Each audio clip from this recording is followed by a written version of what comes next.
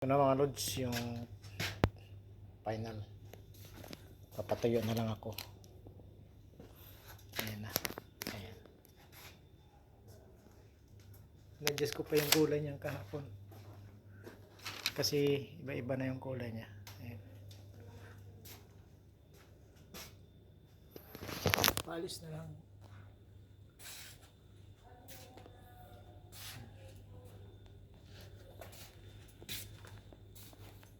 Yung back gate, tailgate.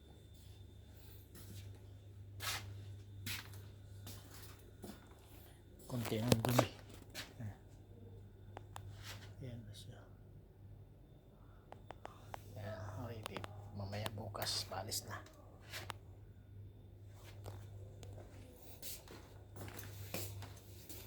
Walang masyadong trabaho yan.